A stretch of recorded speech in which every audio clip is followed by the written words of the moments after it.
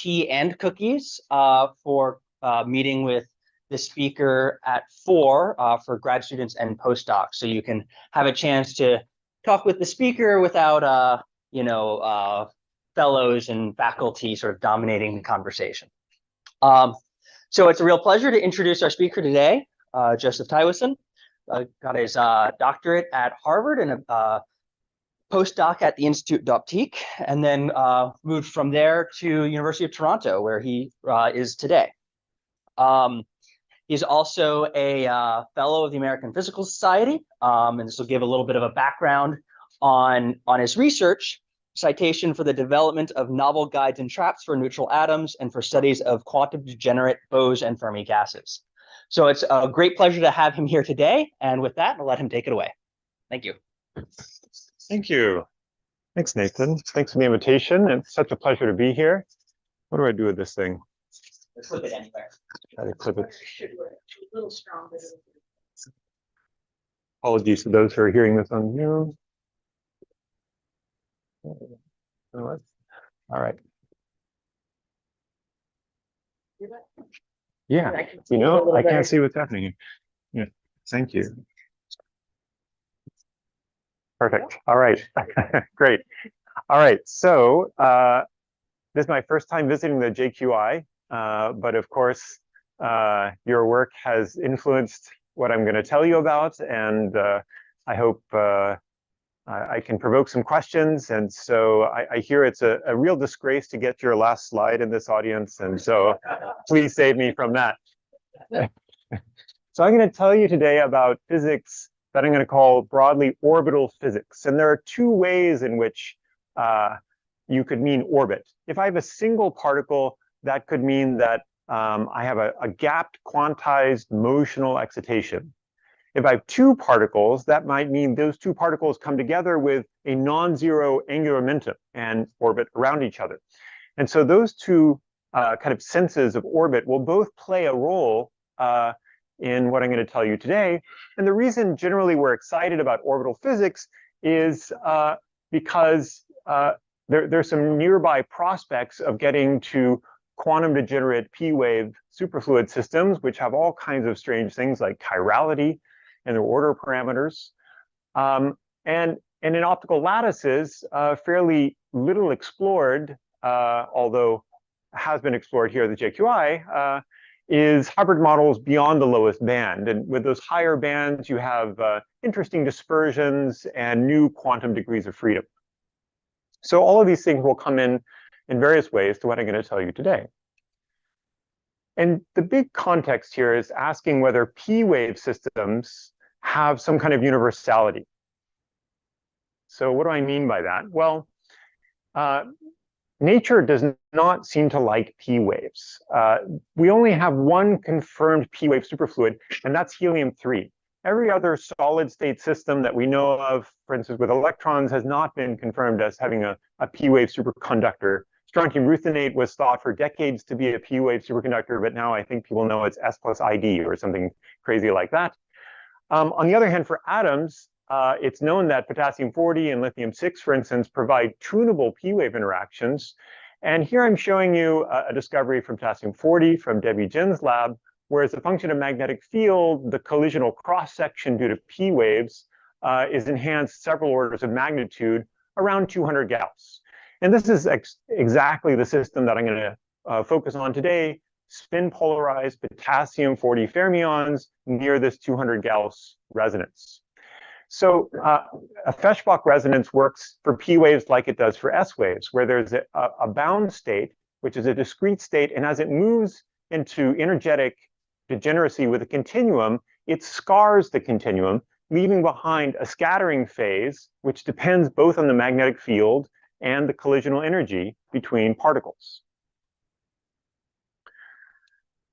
So when describing these kind of resonances, we discuss the scattering phase of two particles, and that depends on two parameters. One of them is the scattering volume, V, and the other is an effective range, R.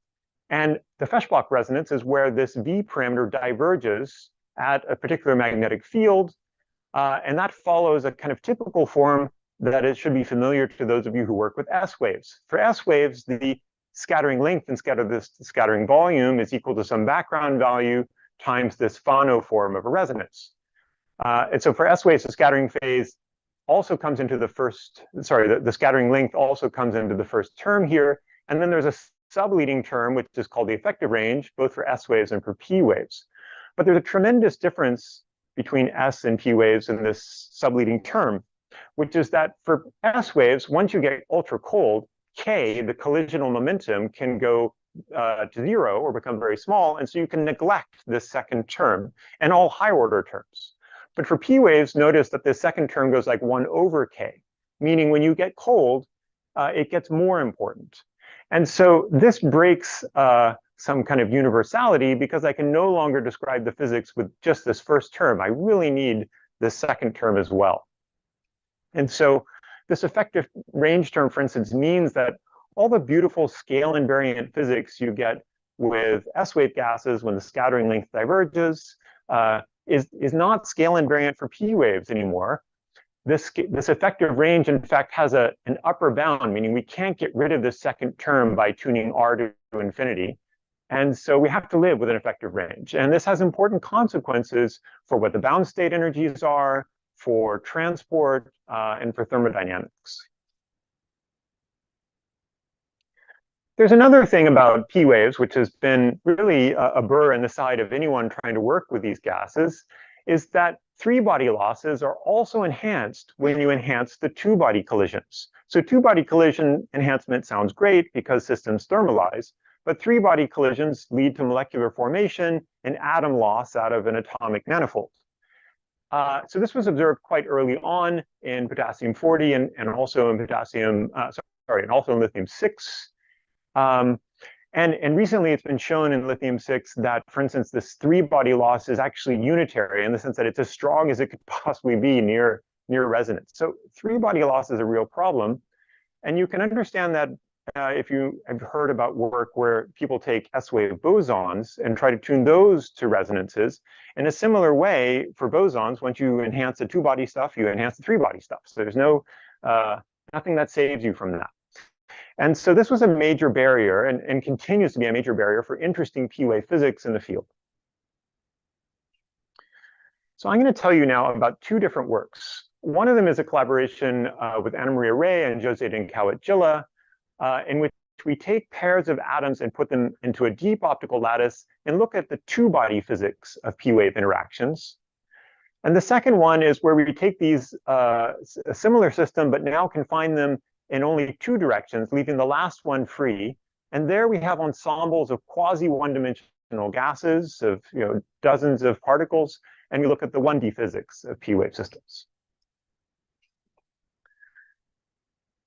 So the first experiment creates a kind of ideal system for something where three-body loss is a problem. Because when I take atoms and I put them in an optical lattice and then I turn up the optical lattice depth, I can slow down the tunneling rate between sites.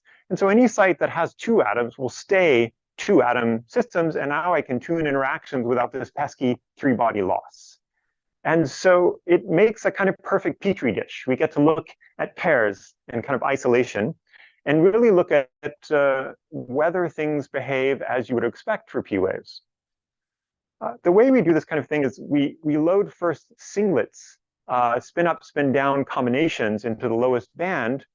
Then we do a Raman spin flip to spin polarize the gas, but have now two bands occupied. And that's our starting point for doing spectroscopy to understand what's happening. And the two states I'm talking about are the two lowest hyperfine states of potassium-40. I'm going to call spin down the very lowest state, and spin up is the one which has this P-wave resonance. There's no P-wave resonance in the lowest state for potassium. We always need to use the spin up state. So at first you might think, this isn't a great idea because I'm compressing things. Shouldn't losses go up? Yeah. So this three-body loss is a fundamental problem that whenever I have P-wave scattering, I would get it or no. I can avoid it. The reason I'm asking is that by putting it on a lattice, of course, we have two particles per side, so I don't have three-body loss. But once I allow tunneling, Mhm. then I can have three body.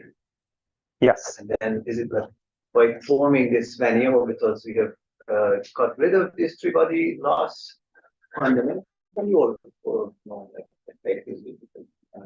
Right.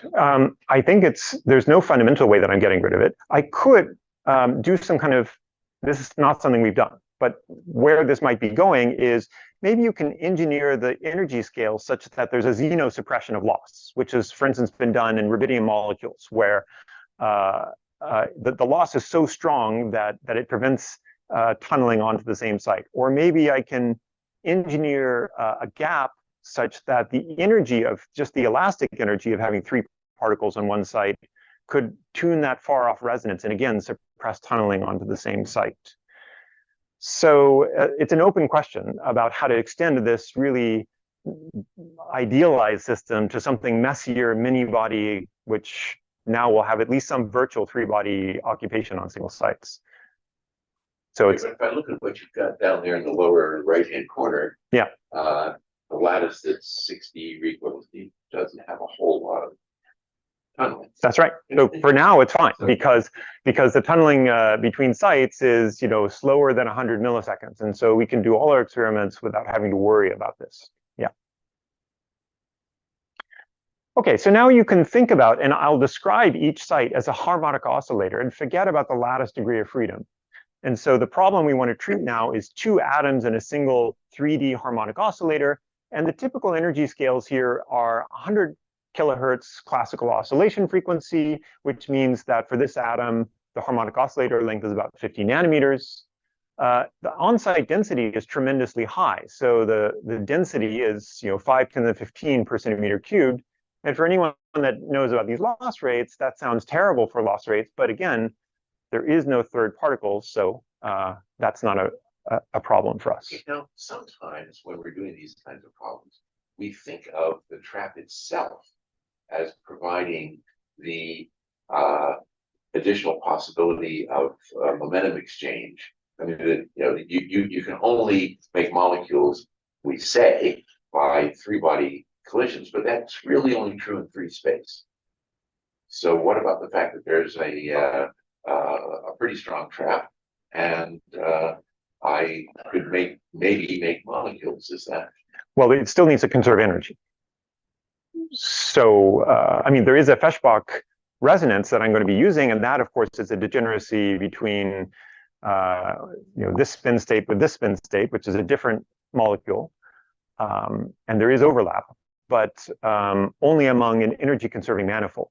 And so the three-body problem is a problem because you have somewhere to give that energy. So. Is that right, Paul?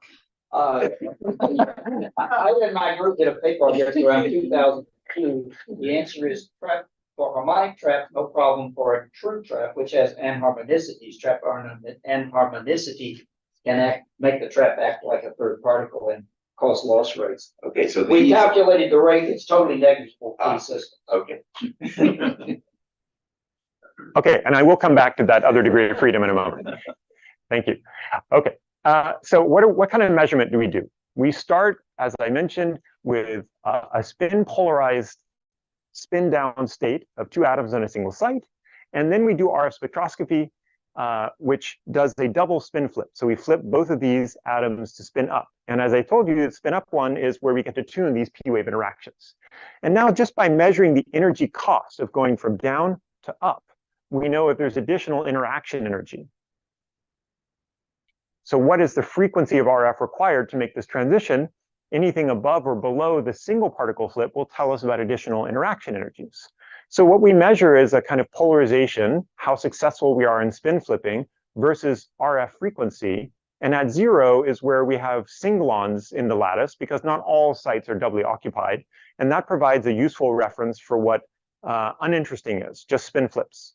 But now you can see that there's a peak both above and below that single particle peak, meaning that we're flipping into either repulsive states, which are these, or attractive states, which are these. And so in a measurement like this, we scan the RF frequency, and now we're measuring the energy of the eigenstates of these two interacting orbital particles in a single site. Our readout is both spin and orbit resolved so that we can figure out what the spin states are and whether they're in that upper or lower manifold. We repeat that a number of times, and now I put a dot on this graph for the measured interaction energy versus magnetic field around that Feshbach resonance, and now do this for two different confinement strengths. And so we see a kind of dizzying range of points at first, where there's a repulsive state here and then another repulsive state just below it. This additional repulsive state is because there are two different p-wave symmetries. Remember that an L equals 1 atom can project onto a quantizing axis with either +1, 0, or -1. And it turns out that the plus and minus ones are degenerate for this, and the 0 is not degenerate because these two atom wave functions have different average dipole-dipole interaction between the electrons, depending on whether they're more or less doing this or doing this. So we get to see separate energetic peaks for those two different projections of the orbital symmetry. And then there's also a series in both of those degrees of freedom. That's the attractive side. And so we see many of the hallmarks that are kind of interesting about this problem, which has been treated by a few different theorists, that there are multiple branches, that there are both attractive and repulsive states, and that depending on the confinement, you push around what resonant is. So the energy is shifted by confinement. So how can we simplify and understand this kind of data? Well, let's think about now what the Hamiltonian looks like for two particles in a harmonic oscillator. If I have particles A and B, then I can write things out as a kinetic energy plus a trapping potential, and write this out as a raising and lowering series in either particle A or particle B. Or, as Paul was just suggesting, I can think about whether or not we have a harmonic potential. And if I have a perfectly harmonic potential, there's a beautiful symmetry that I can write things out in a relative coordinate and a center of mass coordinate. And in each of those coordinates, I again have two harmonic oscillator series. So I can excite relative motion of the atoms and center of mass motion. So interestingly, the frequency, the spacing on the ladder for all of these is still omega. But the difference now is that the effective mass for the relative motion and the center of mass motion is, of course, different. It's either 2m or m over 2. So this is really nice because I can now write out the states with the number of quanta of relative or center of mass motion. And now I need to remember that these are fermions. So there's an additional criteria for a valid state, which is that for fermions that are spin polarized, if I exchange them, I need to have an overall -1 in the wave function. And that is only satisfied among these three states by this one here, where AB minus, so 1, 0 minus 0, 1 is a singlet in orbital motion, and that has the right kind of symmetry for exchange. Whereas if I have, let's say, 2 excitation of relative motion, this is an even exchange state. And therefore, fermions in this state only get to occupy the 1 or the 3 or the 5, etc., in the relative motion. Okay, so so I just said this, that now this satisfies this mini-body requirement for fermions, that if I exchange the labels of two particles, the positions of two particles, I get an overall -1 sign. And so the ground state of the system is a particle in the 0 band and a particle in the 1 band.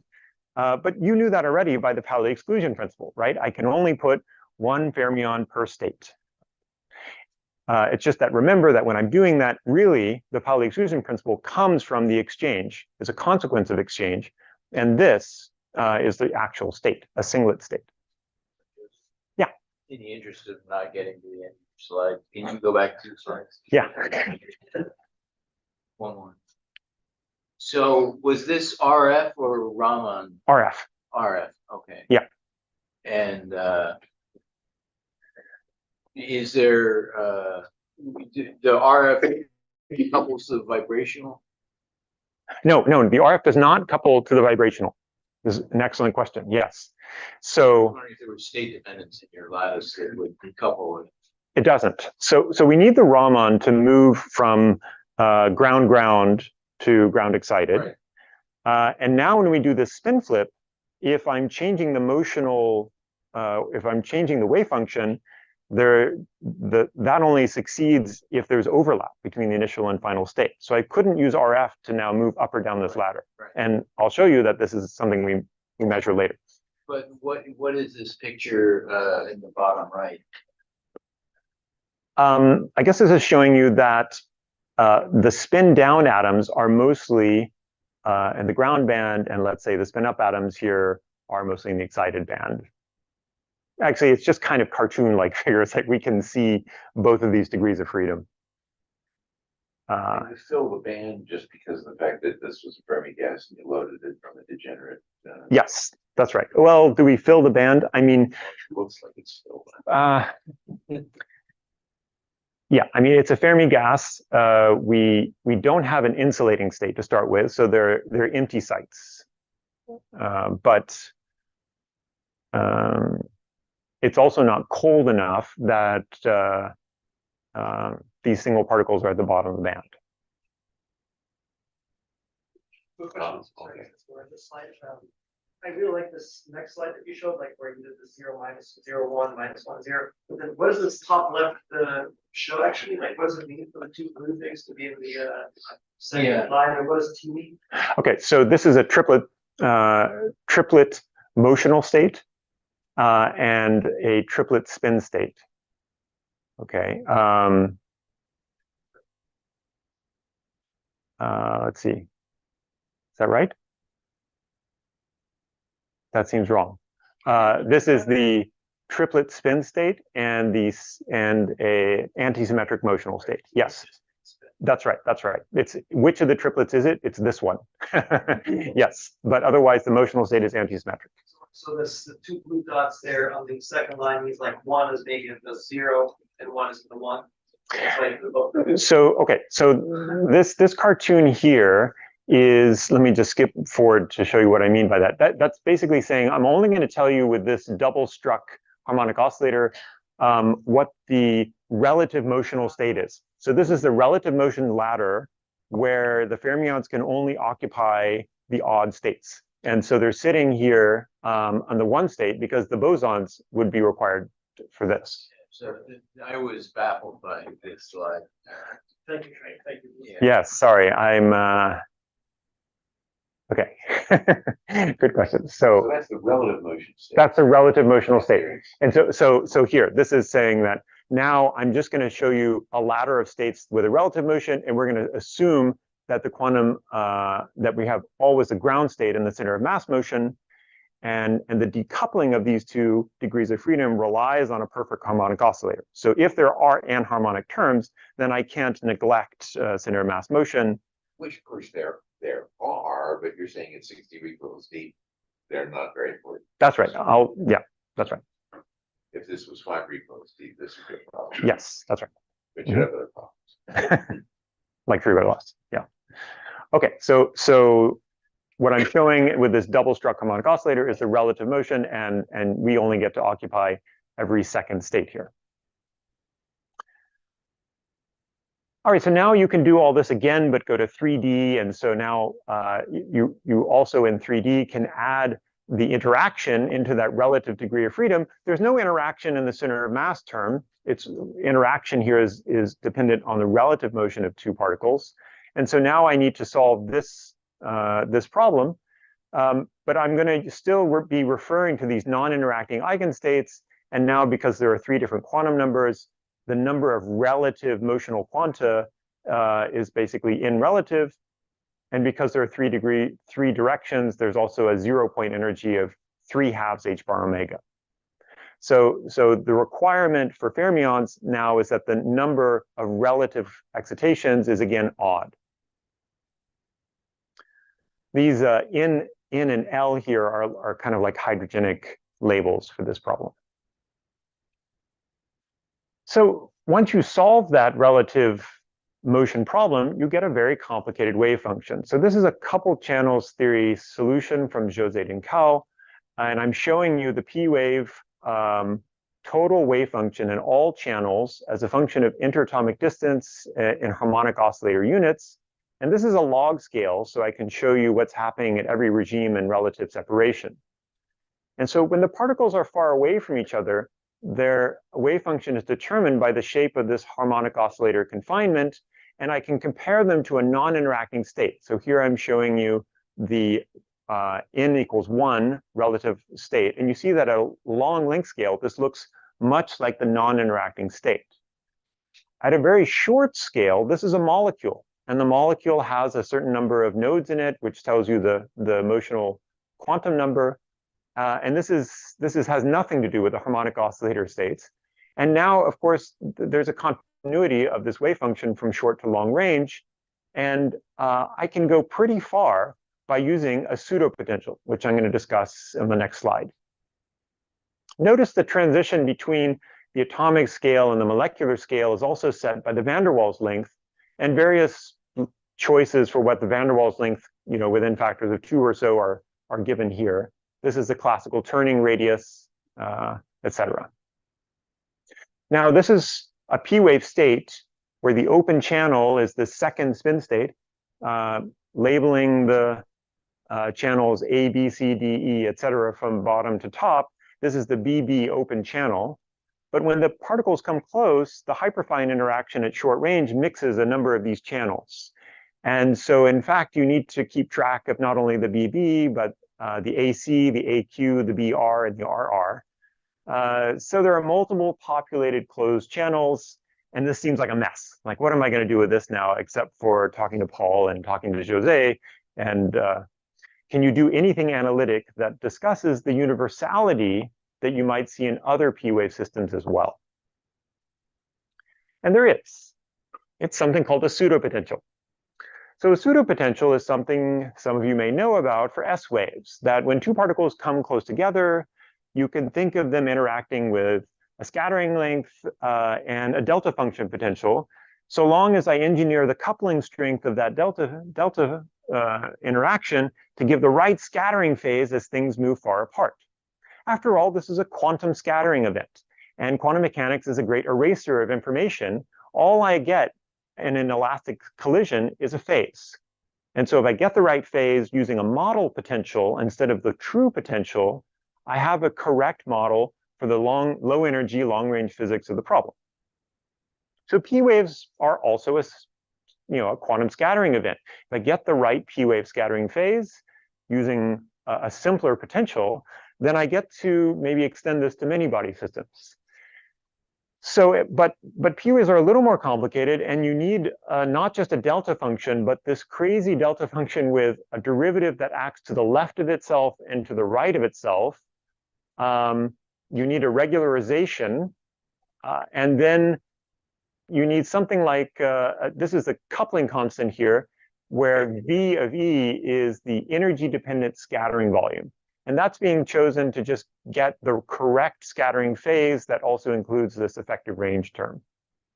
But I'm remembering, but only vaguely, that even for bosons in S-wave, that you needed to regularize the you do. delta. That's right. That's right. It's just the fact that there's a regularization here is not unique to P wave. So there's a derivative with a single R for the S wave. Yeah, okay. That's the Kirsten-Huang regularized delta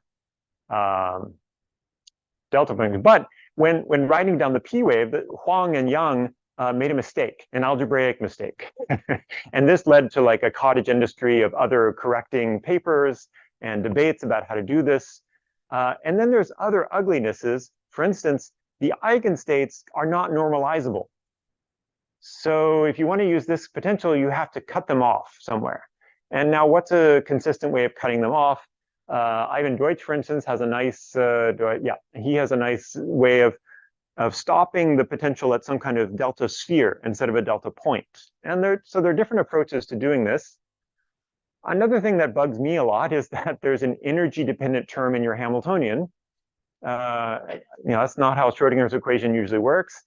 So that means there's some non-Hermitian stuff. And then, of course, for an experimentalist, there's no quantitative test of this idea to date until our experiments. So let's see how well we can do with a pseudopotential. One thing that's nice is even though the eigenstates are not normalizable, you still get an energy out of this problem. And so, for instance, Idziacek has solved this problem. And if I write down the energies as a function of this energy-dependent scattering volume, but now I normalize both of those by the harmonic oscillator lengths, then I get this beautiful ladder of states. And what happens is when I cross a Feshbach resonance is that I inject one motional node into the relative degree of freedom. And so if I scan through, I can go from one rung to the next rung in the ladder by sweeping through the resonance. So this was actually shown by Tilman Esslinger and others in 2006 in S-waves, that they could take an S-wave ground state, sweep through a Feshbach resonance, and come out with one more motional excitation.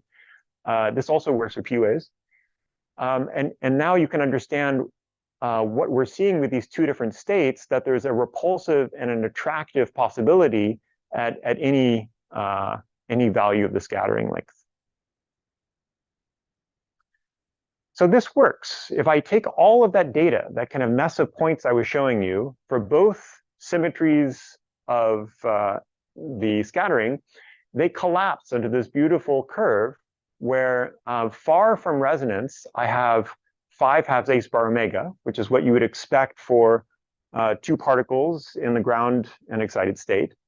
I move towards resonance and I can get a repulsive interaction.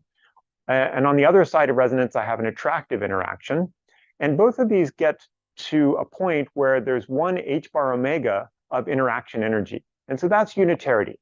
That's where you get as much interaction energy as you can out of the system. And it's nice to see that this works for S-waves and has for decades, but now you can also see that P-waves can be brought to collisional unitarity.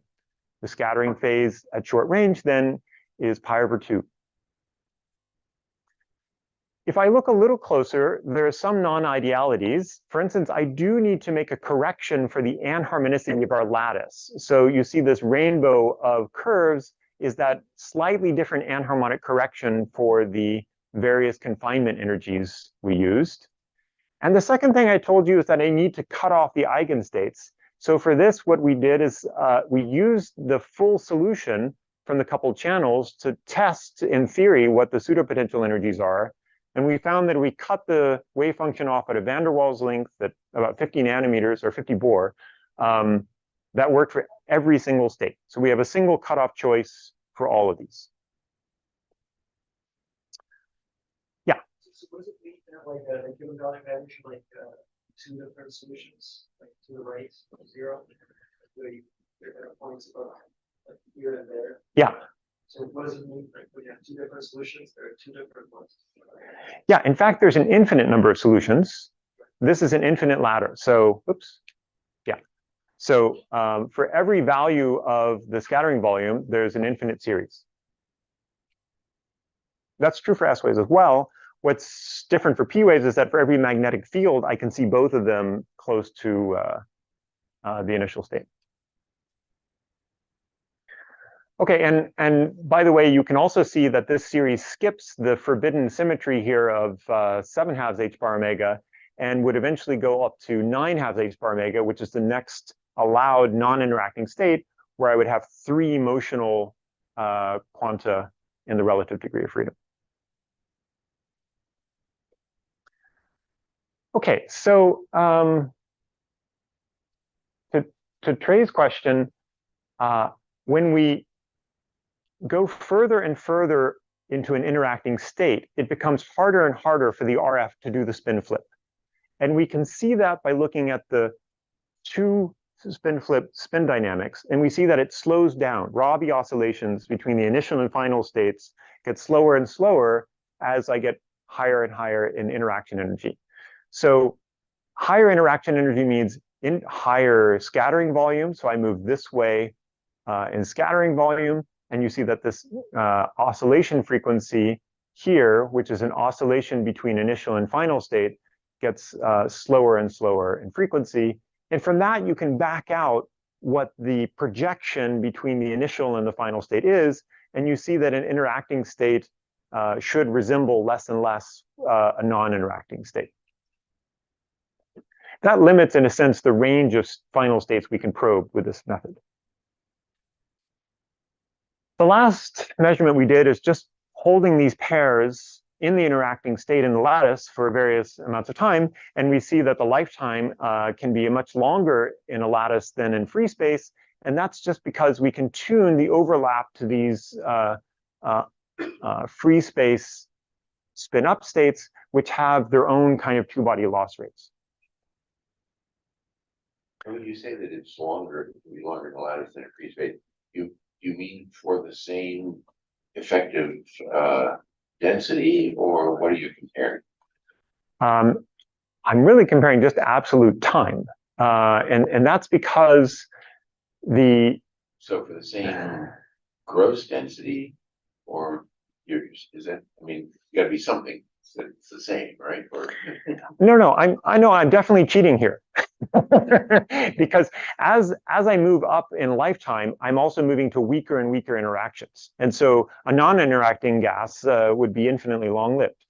And so what I get to do with this additional confinement degree of freedom is I get to, in a sense, engineer with two different knobs now what the interacting state is. And so for an optical lattice, what that means is I could maybe introduce a little bit of tunneling and choose how much interaction and energy I have with the magnetic field. And so I have now two knobs in the lab to look for these kind of engineered states. But no, I don't get to have my cake and eat it too. I don't get to go to a strongly interacting state with two atoms and have no overlap to any molecular state. Okay, we can come back to that. I'd like to get to the second part of my talk. And what I want to tell you about is now, instead of just putting two atoms on a single site, having an ensemble of atoms in a quasi-one-dimensional arrangement. So what I mean by quasi-1D is now, instead of a single 3D confinement, I have more or less 2D confinement that is strong and made by optical lattices, and then a weak degree of freedom, which is 1,000 times weaker and a long degree of freedom. And so these tubes are like needles, an array of needles in free space. And we arrange the number of atoms such that the Fermi energy is much less than the confining energy. And that energetically restricts us to a quasi-one-dimensional subspace. This is kind of like a two-dimensional electron gas, except now done in 1D. So scattering and low dimensionality becomes simpler and simpler. I've just been telling you about a problem where I use a three-dimensional language where S waves would be L equals 0 and P waves would be L equals 1. And there are three different projections of that L equals 1, which I talked about. But if I go to 2D, then there's only two projections of angular momentum, just clockwise and counterclockwise.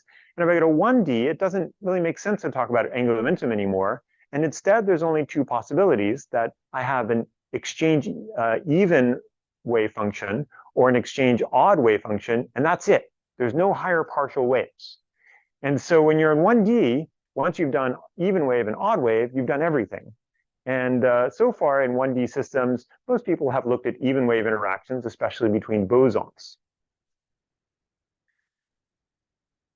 A tool I'm going to tell you about and measure for these systems is the correlation strength between pairs of atoms. And this is something called the contact parameter. So if I think about the probability of having a particle at R1 and a particle at R2, then at short range, as I've mentioned, there's a lot of molecular degrees of freedom.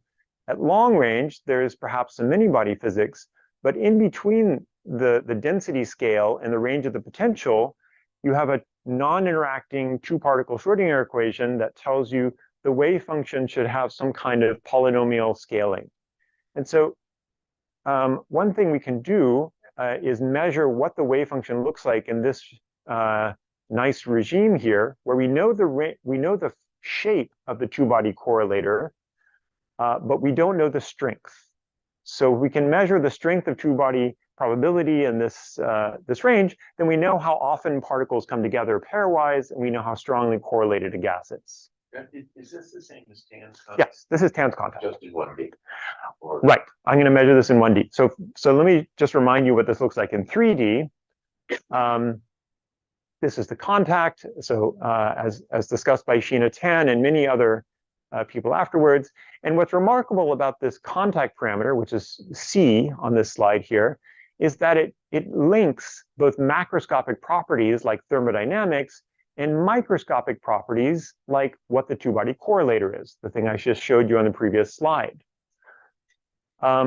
We can see this kind of two-body correlator in a polynomial scaling of either the density distribution in momentum space, or the experimental parameter I'm going to tell you about is RF spectroscopy. So we're going to be looking for polynomial-like tails in the probability of doing spin flips, which tell us about these correlations. So this is a set of relations for S waves. Another whole set of relations can be written down for P waves. But instead of this k to the fourth and this omega to the 3/2, there's a different kind of relation. In k is now goes like k squared, 1/k squared. And the RF probability will go like frequency to the 1/2 in the leading term. And so in a similar way, there's P wave functions that at short range are well known, just things solved by Landau. But it's the many-body problem which is unsolved, and we get to learn about the correlations by looking in this nice scaling regime. So I'm going to show you measurements of the contact with an experimental observable that is this RF spin flip probability. Okay, but those were 3D relations. I'm going to do this in 1D. And so in 1D, you also think that expect that the density distribution for odd waves should go like 1/k squared. But that turns out that due to the density of states, the spin flip probability should go like frequency to the -3/2. So I don't expect you to have an intuition about what the -3/2 versus -1/2 is, but suffice to say that these are fingerprints of a kind of symmetry of interaction.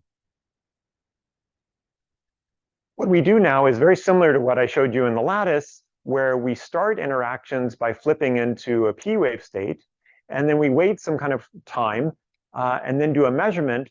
And this is different from the lattice, where we flip into a third state, and the third state is a non-interacting state. And so it's the flip into the third state which tells us something about the initial wave function.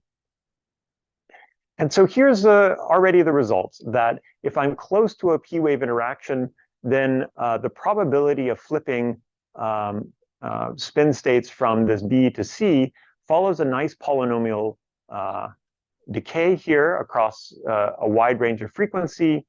And that tells you that the strength of this tells you how correlated the atoms are. So the bigger this kind of tail is, the stronger P wave correlations we should be seeing. So we see these correlations, but there's some interesting mysteries that I want to tell you about. So let me show you what this correlation looks like. First, if we measure it in 3D, and then in 2D, and then in 1D. So in 3D, we see that around the Feshbach resonance, there's a correlation peak that corresponds to this kind of orbital wave function, and another correlation peak corresponding to this wave function. Now, if I add just a set of pancakes to confine the gas, then I turn off collisions in one direction. Let's say a set of pancakes this way allows only YZ kind of scattering. And so now I shift these by the confinement shift I already told you about, and I shut down one of the collision modes. I could also turn these pancakes on in the other direction. And if I do that, I can, let's say, allow collisions in the X and the Y direction, and I shut off the Z kind of collisions. And now you see one of these peaks has disappeared. And that's been seen in other labs in the loss signatures. But what's surprising to us and puzzled us for years in the lab is that when we do both of these at once, I don't just shut down another mode, I suddenly see an explosion in the range of magnetic fields over which correlations are observed. And so we kind of thought, we've had this mystery sitting around in our lab, and I've been shopping this data around to various theorists saying, why would things get suddenly so broad in 1D? Why don't I just shut down another collisional degree of freedom?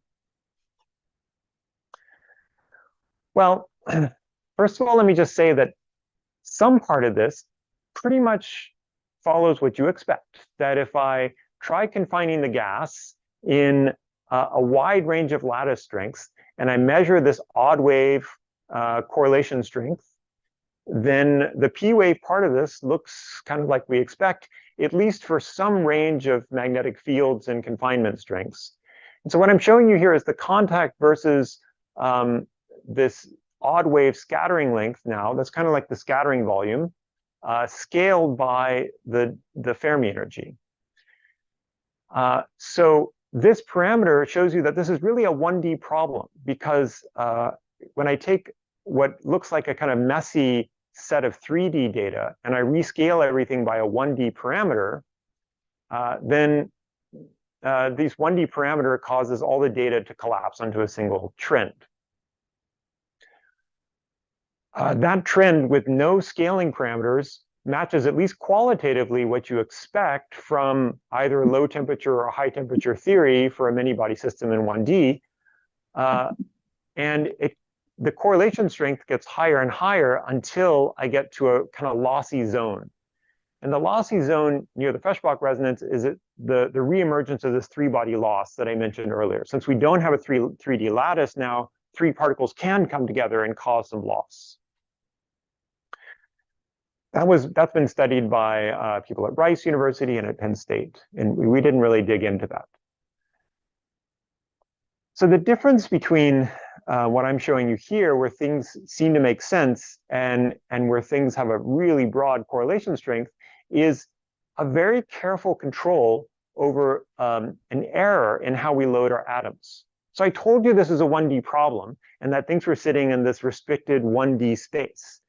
But then when we look carefully in our band mapping, we can see that there's a small amount of atoms, maybe 5% of our atoms, sitting in the first motional state, which was an error in the adiabatic loading of our system.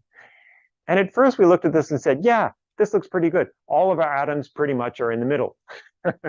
And who cares about the 5%? But it turns out that that was the key difference, and it took us a while to realize. So we only understood this empirically when we implemented a kind of cleaning protocol where we shook the lattice and took everything in that first band and kicked it out to a higher band and then got rid of it. And so if you clean out these motional excited bands, then suddenly your spectrum looks very different. That versus magnetic field, everything that's strongly correlated sits within the range you would have expected for odd wave scattering in 1D. So what's this other stuff then? What could this be?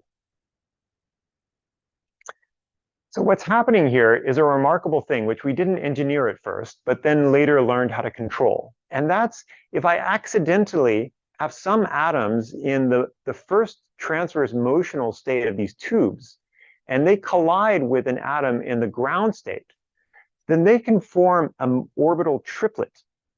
So these two particles come together and can interact in such a way that their relative motion has an antisymmetric excited ground minus ground excited wave function.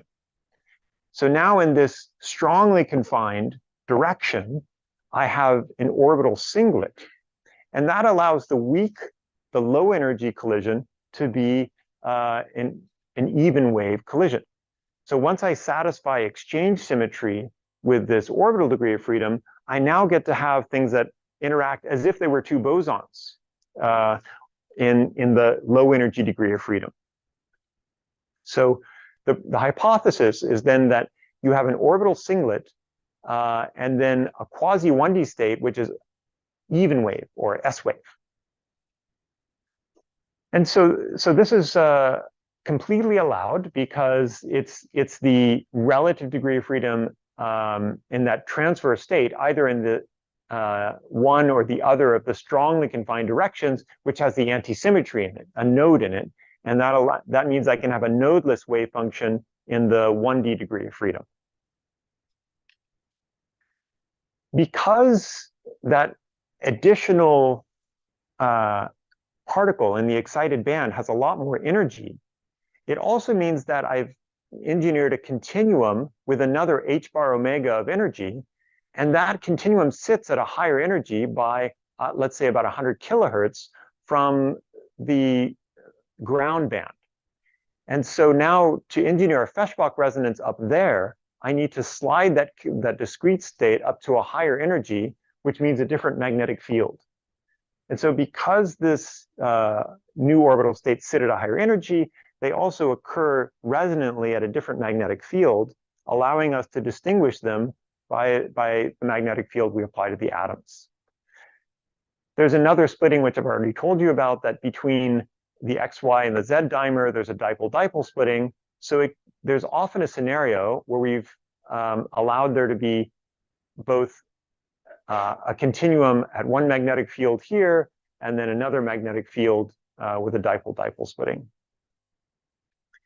And that's what we're observing. This broad peak is actually not one peak, but three peaks. It's a combination of a P wave feature and then this emergent S wave feature where I get exchange even collisions in quasi-1D. So let me compare that to our data now. If you look carefully at this, you might not see just a big smudge, but a kind of intensity of correlation here, which is that expected feature plus two additional peaks that are not completely separated. And those two additional peaks are when I have excited interactions in one of the two confined directions. Okay, so is this really exchange even? Is this really S-wave-like in that last degree of freedom? The way we show that it is going back to this contact measurement, where if I have an exchange even interaction in 1D, then I would expect the momentum distribution to be like 1/k⁴, like the TANS contact tail would say any S wave should be. And if I convert that to an RF signature, it says that I should have a tail that's falling off like omega to the -5/2 instead of 3/2. So as I mentioned, these polynomial scalings are just telling you about the scaling of wave functions in this non-interacting regime, where the particles are closer than the average interparticle spacing, but not yet at a van der Waals length. And so that's exactly what we see, that there's this beautiful -5/2 scaling in our spin flip. This is a signature of S waves. And there's also another feature, which is that there's a singularity predicted when you can spin flip to an n = 3 state. And so this was another nice confirmation that we have a really 1D system and S-wave-like collisional physics. Once we can measure the contact by looking at the strength of this 1/k⁴ tail, we can also then say, how strong are the correlations?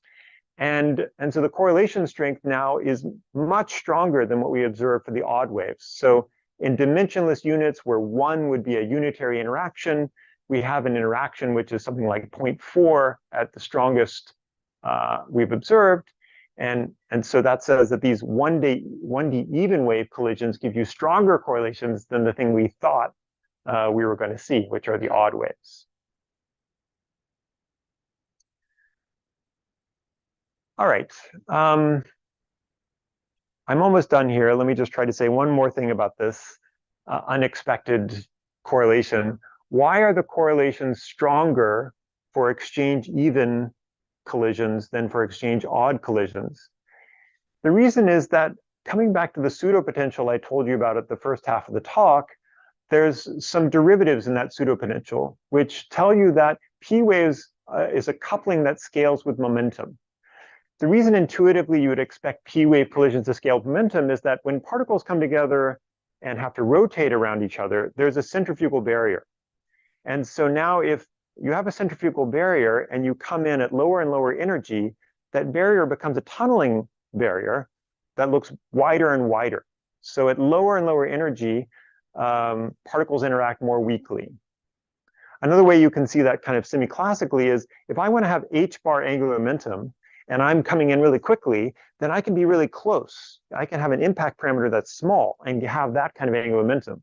But if I'm coming in really slowly, classically, it means I need a big impact parameter to have the same angular momentum. And so low energy particles are further apart in this kind of classical perspective and interact more weakly.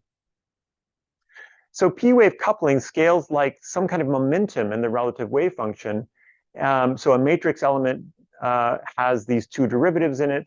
And that means for the ground band, the strength of a p-wave interaction for two particles in this odd wave scattering scales like the relative momentum squared.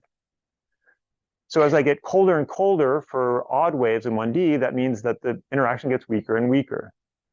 On the other hand, if I have this orbital singlet state, now the node in the wave function is in the transverse direction. So the momentum I get when I take the derivative of the oscillating wave function is given to you by the harmonic oscillator length in that transverse direction. And so now this p-wave interaction scales like the harmonic oscillator length squared, or 1 over that. So if I look at the ratio of these two things, it's telling you the kinetic energy along 1D versus the gapped energy along the confinement direction. And by construction, that is a large inequality. I told you these were 1,000-to-1 aspect ratio tubes. In this case, the Fermi energy is something like 1/30th of h bar omega. And that means these orbital interactions give you much stronger p-wave interactions than the thing we had kind of engineered in the lowest band. All right, so let me just try to wrap up now. In the second part of this talk, I told you about measurements of odd wave interactions, which we compared to theory. And although things agreed with more or less what we expected, it was also limited by three-body loss to be fairly weak. And on the other hand, there's an unexpected set of correlation peaks, which took us a few years to figure out.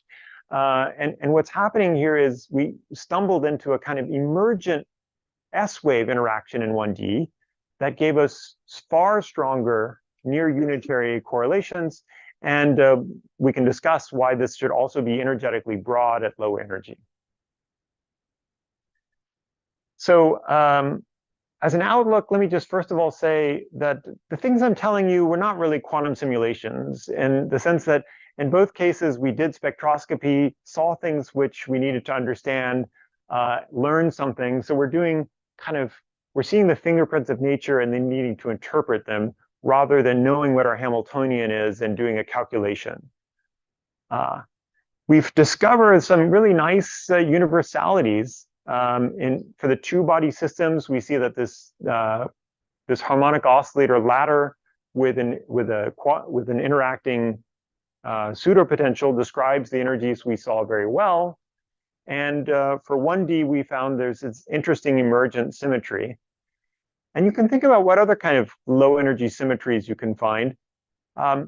For instance, if you had D-wave interacting bosons, and then you put them in a confinement that's strong, you could put one of the nodes in their wave function into the confinement degree of freedom, and that allows you to have p-wave interactions in the plane. And so you can play with confinement and orbital interactions for other systems. And finally, let me say that p-wave systems are still relatively unexplored. There are predicted few-body states that have never been observed, predicted polaron states that haven't been observed. And so there should be some more fun stuff to see there. So let me thank you for your attention and thank all the great people in the lab.